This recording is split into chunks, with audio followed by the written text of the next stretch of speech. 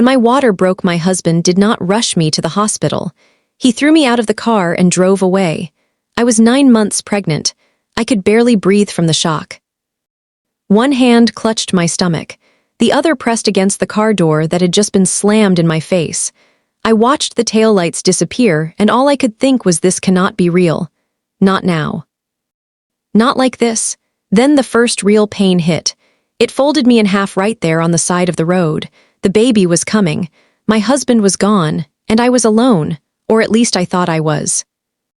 Because before that night ended, a neighbor would save my life. My husband would call me begging for help. My marriage would collapse. And by the time he realized what he had done, it would already be too late. My name is Lisa. This is the story of the night I gave birth to my child and buried my old life at the same time. I was 9 months pregnant with my first baby, and for most women that should have been one of the happiest times of their lives. Frightening maybe, uncertain maybe, but also full of hope. Full of soft little dreams about tiny fingers and first cries and a future that had not started yet. I wanted that kind of happiness. I tried very hard to build it with what I had. Every morning I woke up before sunrise. I made breakfast for my husband David. I packed things for him if he needed them. I watched the steam rise from the kitchen while my back ached and my feet swelled and my body felt heavier every single day. Then I saw him off to work with a smile because that was what I thought a good wife was supposed to do. After he left, I cleaned the house. I did the laundry. I sorted the trash. I checked what groceries we needed.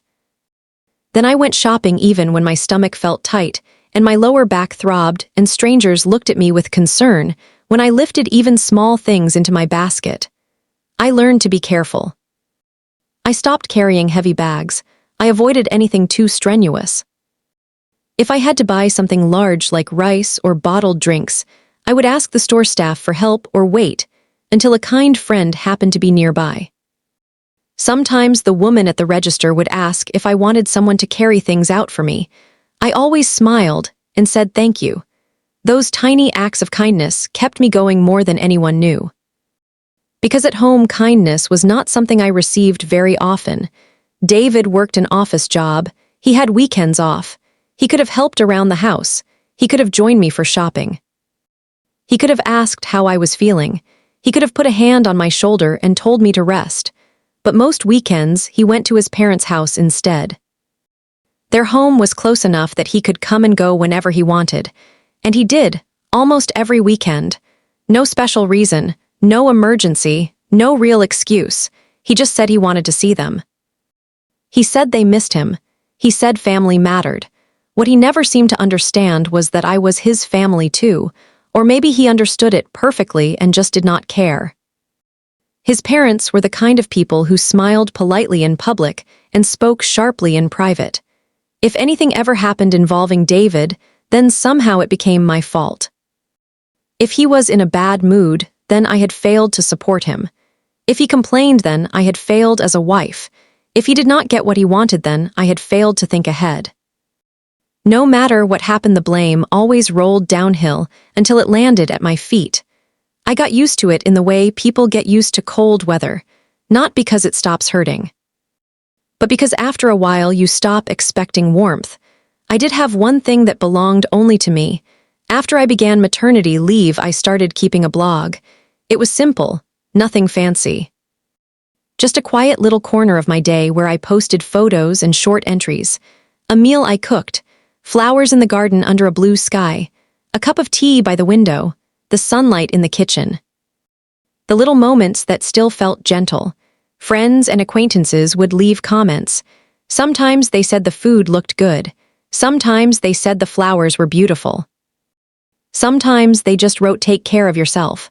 Those posts became my proof that I still existed as a person, not just a wife, not just an expectant mother, not just someone carrying out chores in silence. At the time, I did not know those little posts would matter later. I did not know they would quietly record a life I was trying to survive.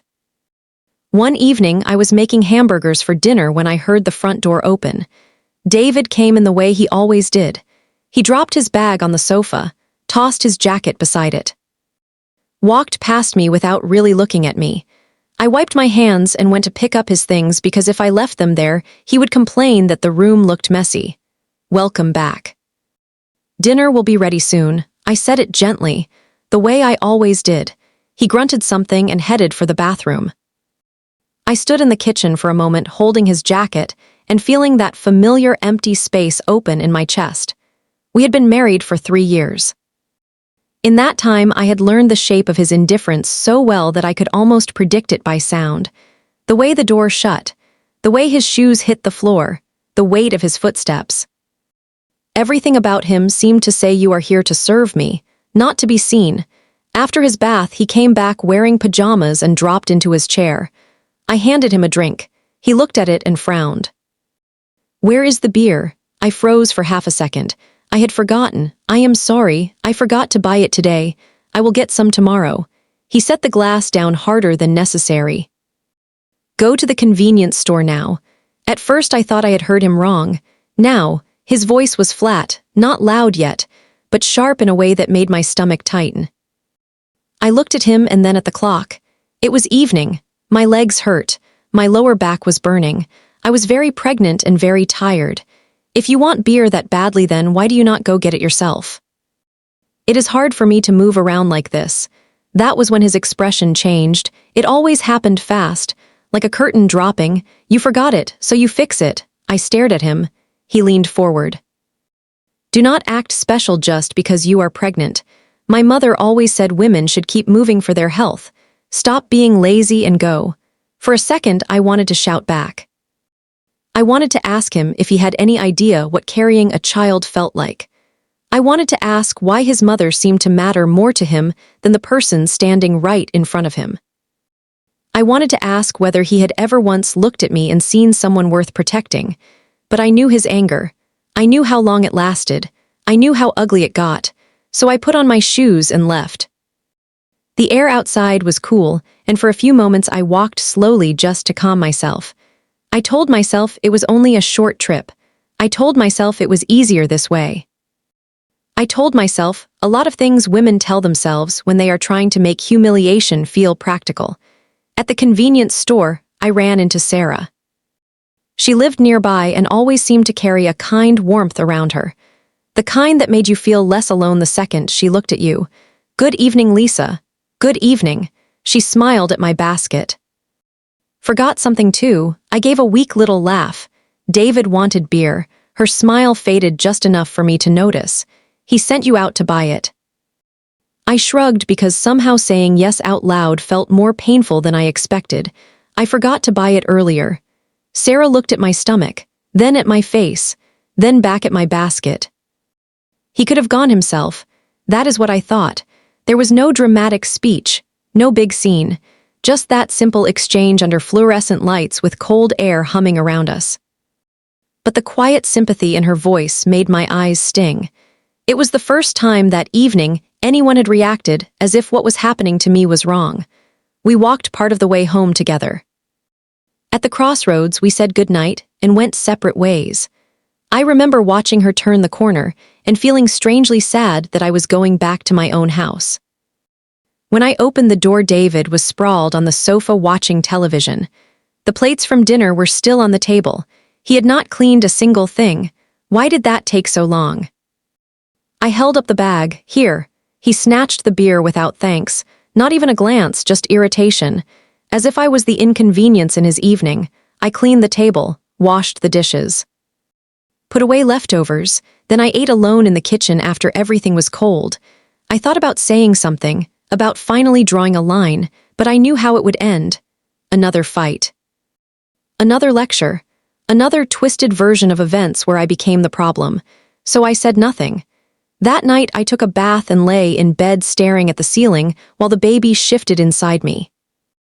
I placed a hand over my stomach and whispered that everything would be okay. I was not talking to the baby.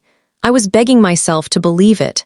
The next morning, David acted as if nothing had happened. He came to the table, ate breakfast, checked his phone, asked why I looked irritated. I just looked at him. Do not make that face first thing in the morning. I am going to work. At least be pleasant when you see me off. Pleasant. I wanted to laugh. Instead, I exhaled slowly and took his empty plate. "Be careful on your way." He nodded like a king receiving tribute and left. The second the door shut, I felt the house go quiet in that heavy way it sometimes did after he left. Not peaceful, not exactly, just hollow. I cleaned, I shopped. I moved through the day the way I always did. But under everything there was a new feeling taking shape. A cold one. It was not anger. Anger burns. This was different. This was the beginning of me stepping back inside myself. That evening, he had told me not to bother making dinner because he had plans, so I made something small just for me, nothing special. Just enough. I had just sat down when I heard the front door. I rushed out instinctively. "You are back early. My plans changed. I am hungry. There is food, right?" I hesitated. "I only made dinner for myself." His face hardened at once. "You only made dinner for yourself. You said you would not be eating at home, and you did not think I might come back." His voice rose with each sentence. "Did you not even consider it?" I felt my heartbeat quicken. "I made what you told me to make. If I had known you were coming home then I would have cooked more." He pushed past me and looked at the table. "This is what you call a meal." It was simple but decent. Rice, soup, a small main dish. The kind of dinner that would have been enough for any normal evening. He looked at it like it was an insult. "Do you even know how to be a proper wife? I work all day and this is how you repay me." I tried to speak but he kept going. "My mother would never serve something like this. You should learn from her. I have always thought your cooking was weak." That comparison again. His mother, always his mother. As if I had been in competition with her since the day we married. "I cannot eat this. Go buy something." It was already late. I had taken a bath. My body felt heavy and sore. "Can you please go yourself?" He stared at me with open disgust. "Yesterday beer, today dinner. You cannot do anything right." Then he grabbed his things and headed for the door. "Fine. I am going to my parents' house." The second he left, I felt something unexpected. Relief, not happiness, not peace, but relief. The house no longer felt like a place where I had to brace for impact.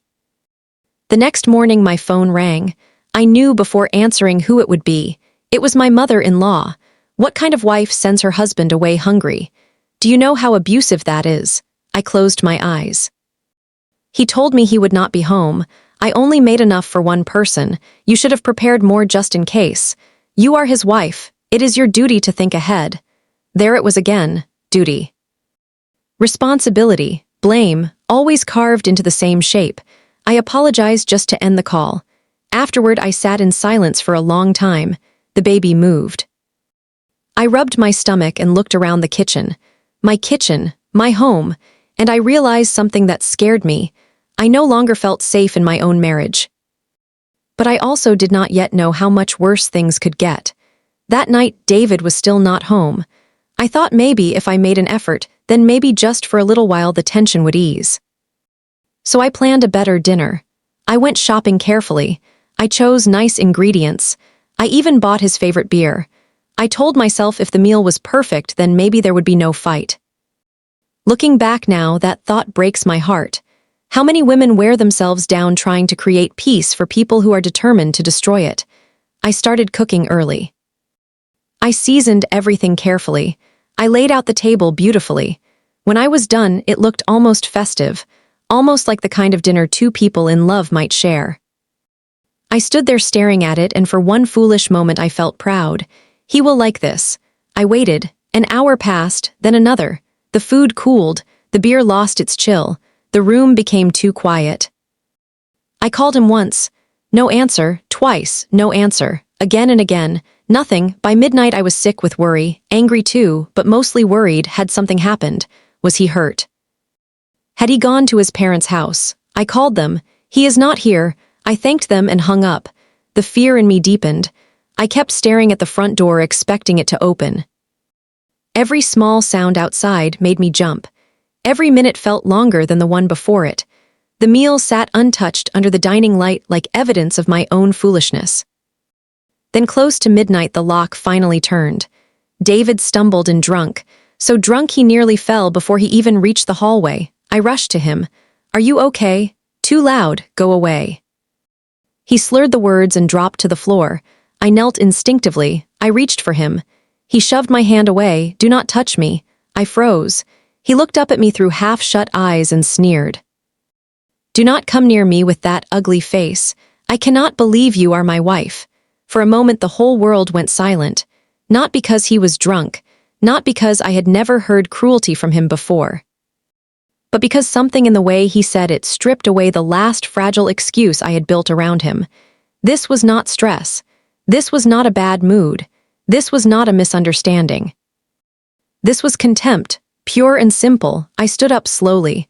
My hands were shaking. The dinner I had spent hours making sat on the table behind me. He had not even looked at it. He had not cared where I was. He had not cared that I had been worried. He had not cared that I was carrying his child. I ate alone that night. Again. But this time something had changed. As I swallowed each bite, I felt a door closing inside me. The next morning he woke with a headache and absolutely no shame. "Why did you leave me in the hallway? You lay down there. If I am drunk, then take care of me. You are my wife." There was that word again. Wife. As if it meant servant, as if it meant shield, as if it meant someone he could wound without consequence. I looked at him and asked why he had ignored my calls. He rubbed his temple. "My drinking party got moved to last night. Do I have to report every detail to you? It is hard to answer the phone during a gathering. Think about my situation." His situation. I remember those words clearly because something in me went cold all over again. He did not ask about mine. Not once, not my fear, not my waiting, not my effort, not my tears. Nothing. Then he said something else. "I am taking a break and going to my parents' house tomorrow. Lately being around you is boring." Boring. I carried his child, cooked his meals, cleaned his mess, went to stores at night for beer, held my tongue through humiliation after humiliation, and I was boring. That was the first day I seriously thought about divorce. I did not say it out loud. I did not even fully admit it to myself.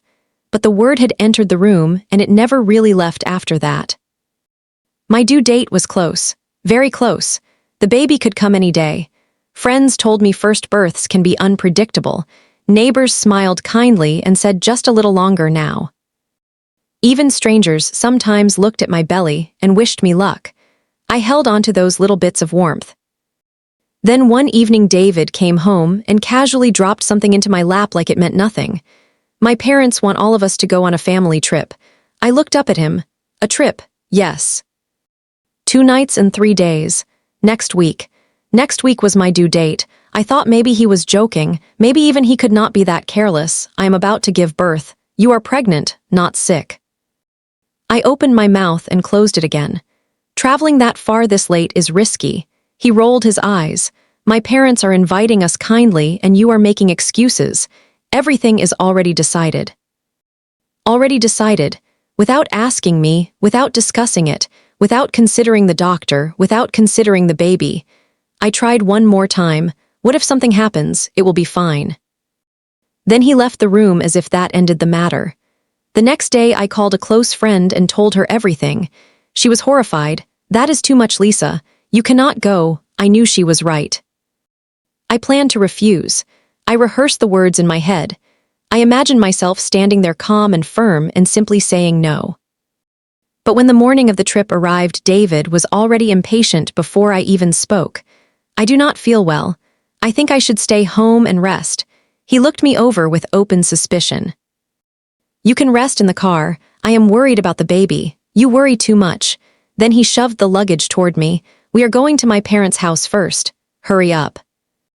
I still remember standing there with my bag in one hand and the other braced against my lower back. My body felt wrong in that quiet, instinctive way that makes the skin on your neck tighten. I could not explain it. I just knew I should not be traveling anywhere. But I got in the car, because by then I was so used to being pushed that resisting felt almost unreal. We pulled away from the house. I was tense from the start. The road seemed longer than usual. Every bump made me wince. David kept driving with one hand and scrolling with the other.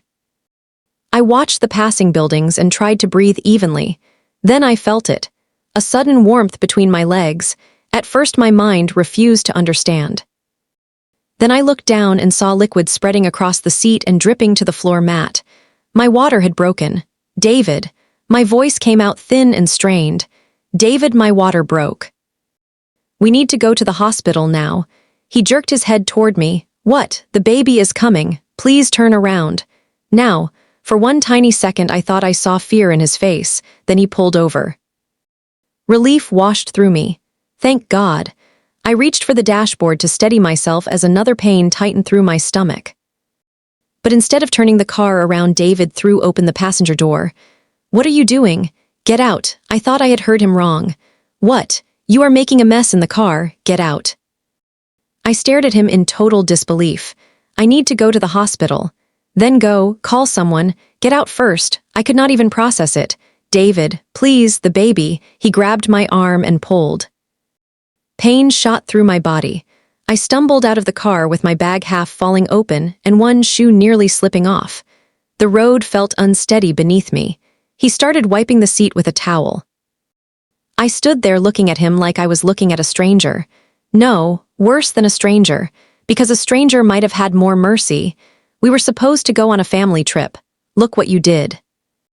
My jaw actually trembled. Look what I did. I could barely form words.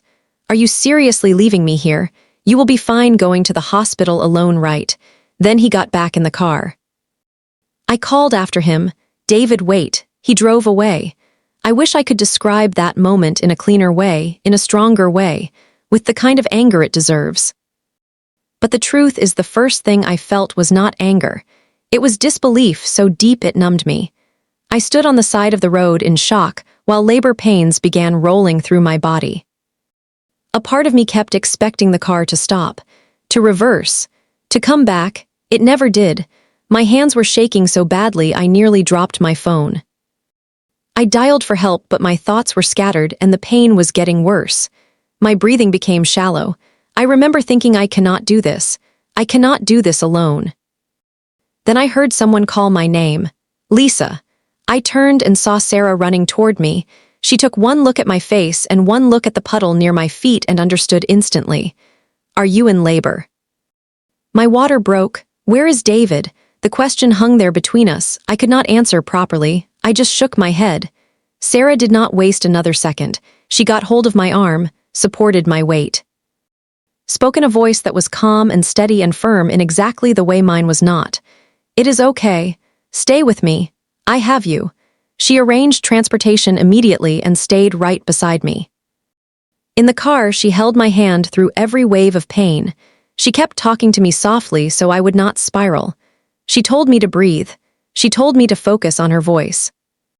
She told me I was going to be okay. And maybe the most painful realization of all was this. My husband had abandoned me in the most terrifying moment of my life, but my neighbor did not hesitate. By the time we reached the hospital, I was trembling from pain and shock and exhaustion. Staff rushed me inside. Sarah stayed until I was taken in properly. She even contacted my parents for me, because I could barely think straight enough to do it myself. As I was moved toward my room, I gripped her hand and whispered something I meant with every piece of me. I will make him pay for this. She squeezed my hand once. Good. The labor got worse quickly. Pain is hard to describe when it takes over everything. There were moments when the room narrowed to bright lights and sound and pressure and fear. Moments when I forgot everything except the fact that my body was opening under force I could not control. Moments when I thought I might split in two from the strain.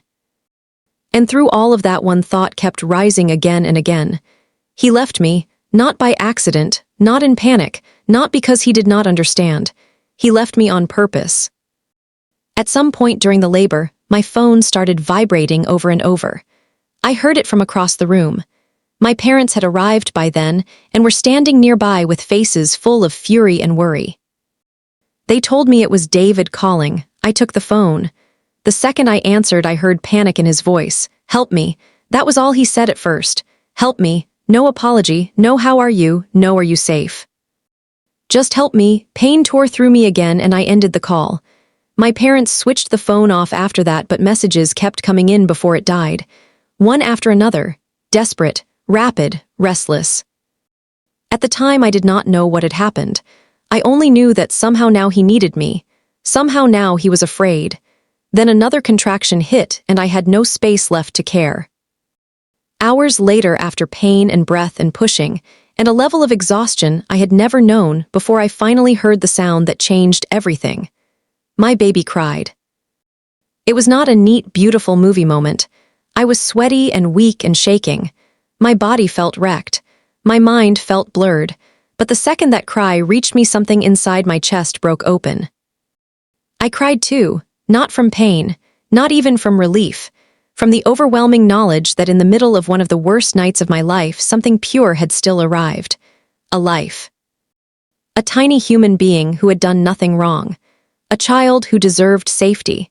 A child who would never understand how close his first hours had come to beginning with abandonment. When I woke after some sleep, I was back in my hospital room. The air was quiet. My body ached in deep, slow waves. My parents were beside me and looked like they had aged several years in a single night. "Are you okay?" My mother asked it gently. My father looked like he wanted to cry and rage at the same time. I asked about the baby. They said the baby was being checked and would be brought in soon. Then I noticed Sarah was not there. My mother said she had left a little while earlier. I lay there staring at the ceiling and thinking how different my life might look if she had not found me when she did. I turned on my phone later to tell a few close friends that the baby had been born. The screen flooded with missed calls. Most of them were from David. I felt nothing. No excitement, no hope. No curiosity, just a kind of empty clarity. I closed the notifications. One of my friends came to visit and celebrated with me. She was warm and angry on my behalf in the way good friends often are. While she sat there, I told her everything that had happened. When I finished, she looked stunned, then furious. She said if it were up to her, she would punish him herself. I almost laughed from how serious she looked. After she left, my parents asked the question we had all been circling around without saying, "What are you going to do now?" I looked at my child and then at my own hands resting on the blanket. "I am considering divorce." Saying it aloud was strangely calm. There was no trembling, no drama, just truth. My parents did not pressure me. They did not say stay or leave. They simply said they would support me. That support felt bigger than anything in the room. Meanwhile, David tried to visit the hospital, but I had already told the staff I did not want to see him. They kept him away. The next day, Sarah came by with a fruit basket. Seeing her made my eyes fill instantly. She smiled and asked how I was doing. She told me not to overdo anything. She spoke like someone who had already decided I mattered, and there was no argument to be had about it.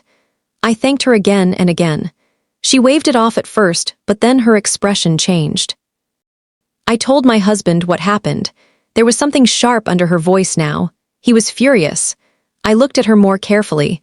There was something she had once told me that suddenly returned to mind. Sarah was married to the president of the company where David worked. When I had first moved into the neighborhood, I had no idea. We only became close over time, through casual meetings at shops and simple conversations over tea.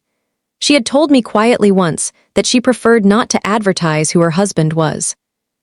She did not want people treating her differently. She had also asked me not to mention it to David. I had kept that promise. David had no idea the kind woman from the convenience store was the wife of the man who signed his paychecks. Sarah had offered before to speak up for me when things got bad. I had always refused. I did not want to make trouble. I did not want to expose my private misery.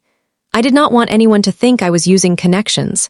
But this time, even Sarah looked like she had reached her limit. "That is why he keeps calling." She said it almost to herself.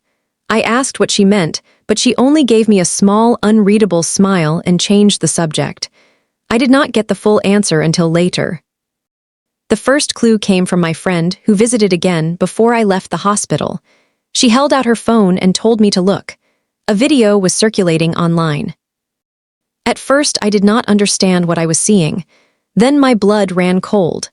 Someone had captured footage of the moment David dragged me out of the car and abandoned me. My face had been blurred for privacy, but the scene itself was unmistakable. He had been recorded. My friend had a large online following, and once she posted about the situation, the story spread fast. Faster than any of us expected. People were horrified. They tracked details. They started identifying David, then his company, then his parents. The internet did what it often does. It gathered pieces. It connected dots. It passed judgment. Part of me recoiled from how exposed it all was. Another part of me could not look away. Because for the first time, the cruelty I had been living with in private was no longer just my word against his. The world could see it. My phone began filling with calls again. Not only from David, but from his parents too. My mother-in-law, my father-in-law, over and over. I did not answer. I had nothing left to explain to people who had defended the indefensible. Even some of the hospital staff seemed to know by then. They never said anything improper, but their eyes held the kind of sympathy that told me the story had spread beyond my small circle. As my discharge date got closer, one fear sat heavily on me. What if David or his parents were waiting outside? What if they tried to confront me while I was carrying my newborn child? My parents told me not to worry. There were arrangements. I did not understand what they meant until the day I left. We were gathering my things when I heard shouting outside. My name, then David. Then his parents. Before panic could fully rise, several men in black suits appeared and moved around us in a protective wall. One of them opened the car door and said gently that they had been sent to make sure I got home safely. Sarah. Of course it was Sarah. I got into the car holding my baby, while outside David shouted, and my in-laws demanded to see me, and the men kept them all back without effort. As the car pulled away, I looked down at my child and felt a fierce wave of emotion I had never known before. No one would ever endanger this baby again if I could help it. No one. Back at my parents' house, the calls continued. The messages continued. The pressure continued. I mailed divorce papers. They were ignored. My in-laws even called my parents' house and said things so outrageous that my father nearly lost his temper completely. According to them, I had become part of their family, which meant no matter how I was treated, I should endure it quietly. That was the moment I stopped believing this could be handled privately. We needed a lawyer. By good fortune, my father knew one. When we explained everything, he agreed to help. He reviewed the situation, the video, the calls, the long pattern of neglect and verbal abuse. He contacted David on my behalf. At first, David resisted. This is a private marital issue. We do not need lawyers. The lawyer replied simply that he represented me and all future contact should go through him. That changed the tone. David still acted defiant, but whenever the possibility of formal legal action came up, he wavered. The word court had a visible effect on him even from a distance. He wanted control. He wanted me cornered. What he did not want was process, evidence, records, outside scrutiny. When it became clear I was serious, he shifted tactics. He said he had no interest in the child. No desire to see the child. No reason to pay support. He claimed he had done nothing wrong and should not have to give up anything in a divorce. Even hearing that secondhand left me cold. The lawyer was calm, precise, patient, and utterly unimpressed. There were still delays, still arguments, still nonsense from his side. At one point, Sarah jokingly suggested through a message that maybe we should go after every possible legal yen he had. She said it lightly, but underneath it was steel. Then the lawyer contacted me with a request. David wanted to apologize directly. I almost laughed, but I wanted a clean ending, a recorded one if possible. So I agreed to a phone conversation under controlled circumstances. On the day of the call, my parents were with me. The lawyer was there too. Everything was ready. The call connected. I heard David breathe on the line, then he spoke. Finally, listen, if you apologize now, then I will forgive you, so come back home and let us be a couple again. The house is a mess. I might lose my job. Everyone is looking at me coldly. This is all your fault, so take responsibility. I sat there in total silence for a second, not because I was hurt, because I was amazed, even now. Even after all of it, even after abandoning me during labor, Even after the video, even after the lawyer, even after the child had been born, he still thought he was the victim. He kept talking, kept accusing, kept digging. Then when I still did not answer, he said I was exactly the sort of woman who had no redeeming qualities. That was when I spoke. This call is being recorded. It will be kept as evidence. Goodbye. The change in his voice was instant. Wait, that is not fair. I was joking. I am sorry. I cannot live without you. Let us start over. We loved each other, right? I will do better. I ended the call. There was no triumph in it, just finality. I handed the recording to the lawyer. He shook his head and said David was beyond help. For the first time, I truly believed I was free. The legal process moved faster after that. Property issues were resolved. Child support was settled. The divorce went through. At the same time, the consequences outside court kept unfolding, because Sarah had spoken to her husband, and her husband believed strongly in family responsibility. His view was simple. If a man could abandon his pregnant wife during labor, then he could not be trusted in a company that depended on character. David was disciplined. Then he lost his job. With no stable income, he could not keep up with his housing loan. He ended up back at his parents' house. His reputation had already been damaged badly by the video and by the stories spreading around it. Finding reliable work became difficult. He bounced from one short-term job to another. People knew his name. People knew what he had done. As for his parents, the whispers around their neighborhood did not stop either. I heard from mutual contacts that they lived under a cloud of cold judgment. Doors closed faster. Conversations ended when they approached. Invitations dried up. I will be honest with you. At first, I thought legal consequences would be the part that mattered most. But sometimes the thing people fear most is not punishment from the system. It is losing face in front of everyone around them. For all the damage they had done to me, they finally had to sit inside the social stain they created for themselves. Meanwhile, my own world became smaller but warmer. I focused on healing, on feeding the baby, on sleeping when I could, on learning the rhythm of tiny cries and little breaths, and the strange, beautiful exhaustion of caring for someone who depends on you for everything. My parents helped endlessly, and so did Sarah. One day after I had recovered enough my parents, and I took the baby to visit Sarah properly and thank her again. Her husband was there too. They both welcomed us with a level of kindness that still moves me when I think about it. They held my child, smiled, asked how I was doing. Made me feel not like a burden or a cautionary tale, but like a person who had survived something and deserved softness afterward. That visit changed more than I expected. My mother and Sarah became close. My father and Sarah's husband got along well too. Our families began to spend time together. The atmosphere was always easy, warm, nothing forced. And then life did what life sometimes does when you least expect it. Sarah and her husband had a son who was around my age. At first, he was just part of the larger gatherings. Polite, thoughtful, quiet in a comforting way. He was nothing like David. He listened when people spoke. He noticed when someone needed help. He held doors, carried bags, asked how I was without making the question feel empty. I did not trust that kind of gentleness at first. After what I had lived through, I kept waiting for the hidden edge. It never came. I am not going to turn this into some dramatic fairy tale because that is not what it was. There was no sudden sweeping romance, no magical rescue. What happened instead was slower and far more real. I learned that kindness can be steady. I learned that silence does not always mean contempt. I learned that a man who respects women does not need applause for doing basic decent things. And perhaps most importantly, I learned that I did not need another relationship to prove my worth anyway. I had already proven it the night I survived.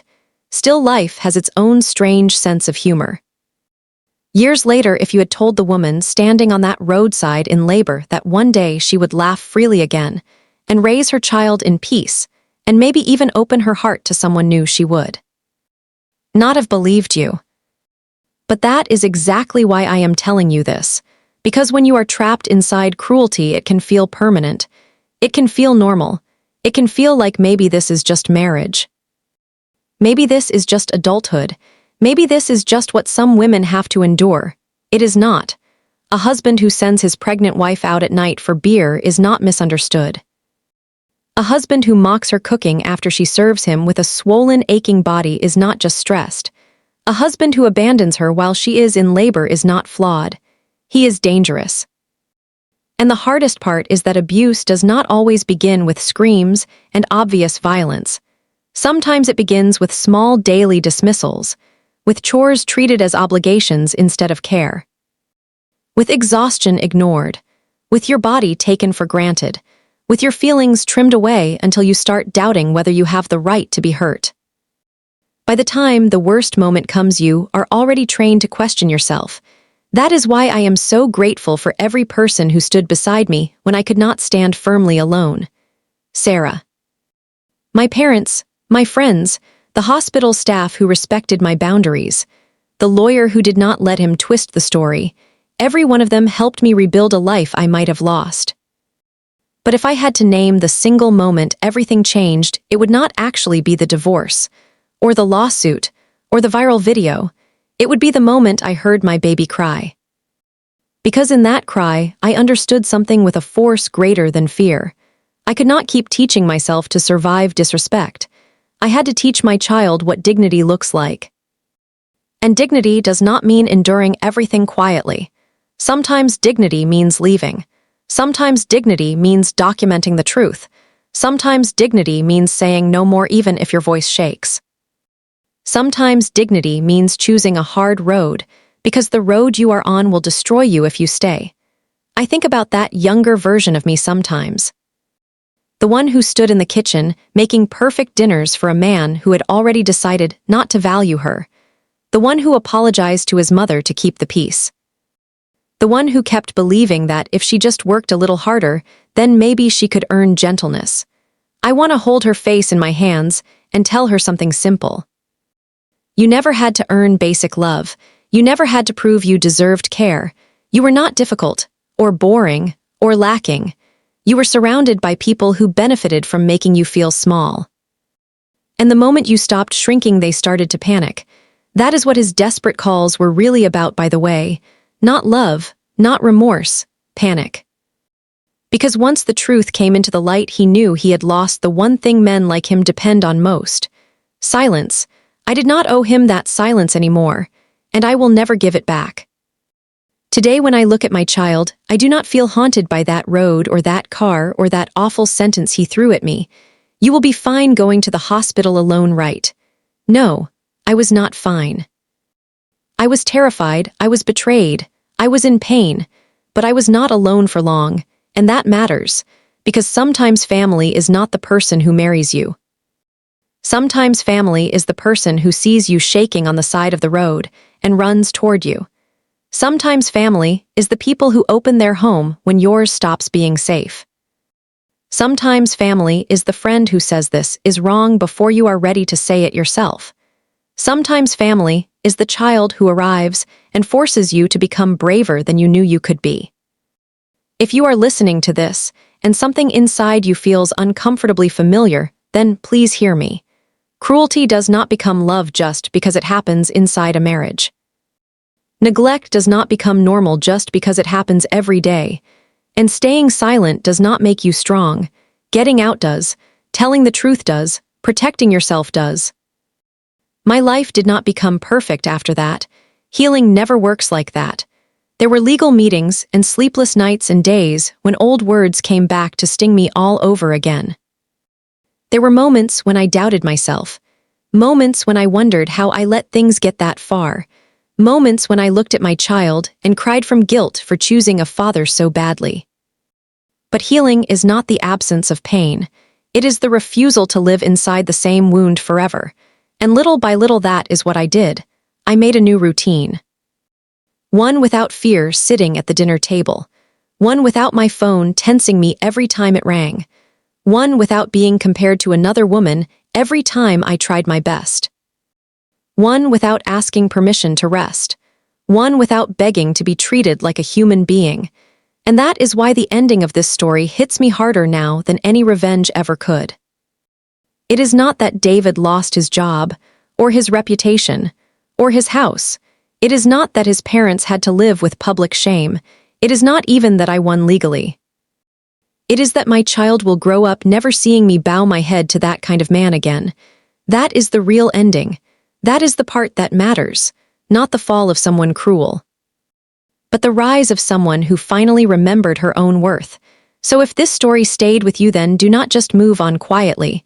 Like this video, subscribe to the channel. And in the comments tell me the exact moment you realized David was beyond saving. Was it the beer, the dinner, the trip? Or the moment he opened that car door and chose his seat over his wife and child? I read your thoughts, and I want to know what hit you hardest. And if you have ever had to walk away from someone who treated your pain like an inconvenience, then comment, "I chose myself." Because sometimes the strongest ending is not revenge. It is survival. It is truth, and it is finally being loved the right way, starting with yourself.